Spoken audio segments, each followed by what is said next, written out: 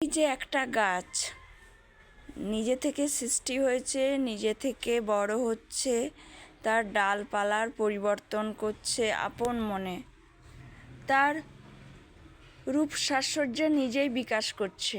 সেরকম মানুষ তার বৈশিষ্ট্য নিজেই তুলে ধরে। প্রতিটা মানুষের ভেতর জাগরিত থাকে মানবিকতা, কিন্তু সেটা জাগিয়ে তোলাই হচ্ছে মূল উদ্দেশ্য। তার জন্য পরিবার দরকার, তার জন্য পরিবেশ দরকার। যেরকম পরিবেশে সে তৈরি হয়, সেই পরিবেশের আত্মস্থ শক্তি তার ওপর আরোপিত হয় শিশুকাল থেকে। অতএব মা বাবা গরিব হোক বড়লোক হোক সেটা কোনো যায় আসে না, তার পরিবেশ যেন সুস্থ হয়, তাহলে সে সুস্থ মানসিকতার অধিকারী হবে।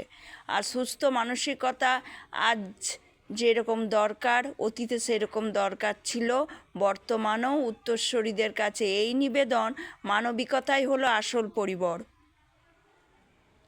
আসল পরিবর্তন হলো মানবিকতা। মানবিকতাই হলো আসল মূল উদ্দেশ্য। এই যে বিভিন্ন জায়গায় বিভিন্ন রকম নৃশংস হত্যাকাণ্ড চলছে, তার জন্য একটাই হচ্ছে প্রতিবাদের রাস্তা হচ্ছে মানবিকতা জাগিয়ে তোলা। আজ আমার ঘরে হয়েছে, কালকে তার ঘরে হবে, কালকে পরশু তার ঘরে হবে। অতএব নিজের মানবিকতাটাই জাগিয়ে তোলাই হচ্ছে আসল।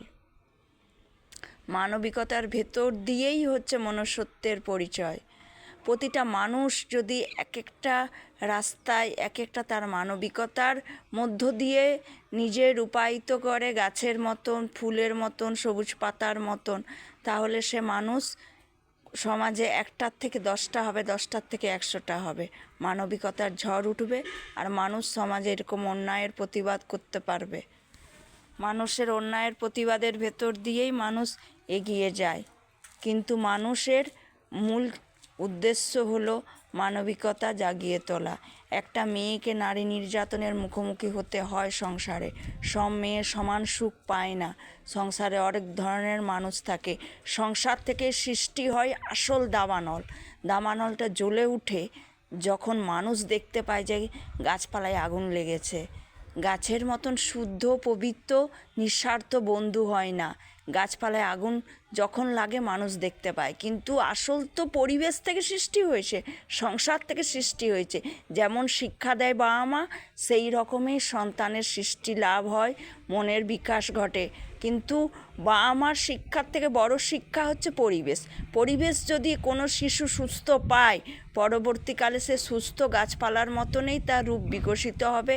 একটা শিশু আজকের উত্তরসূরি আগামী দিনের মানুষ, আর একটা শিশু এরকম করে হাজারটা শিশুর মন যদি মানবিকতায় পরিবর্তন হয়, মানবিকতায় যদি শিক্ষা লাভ করে, তাহলে নৃশংস হত্যাকাণ্ড প্রতিরোধ হবে, আর মানুষ সজাগ হবে, সচেতন হবে। প্রতিটা মানুষ জাগো নৃশংস হত্যাকাণ্ডের বিরুদ্ধে।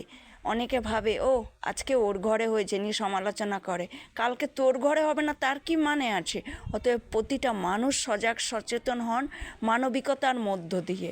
মানবিকতাই হলো মূল উদ্দেশ্য।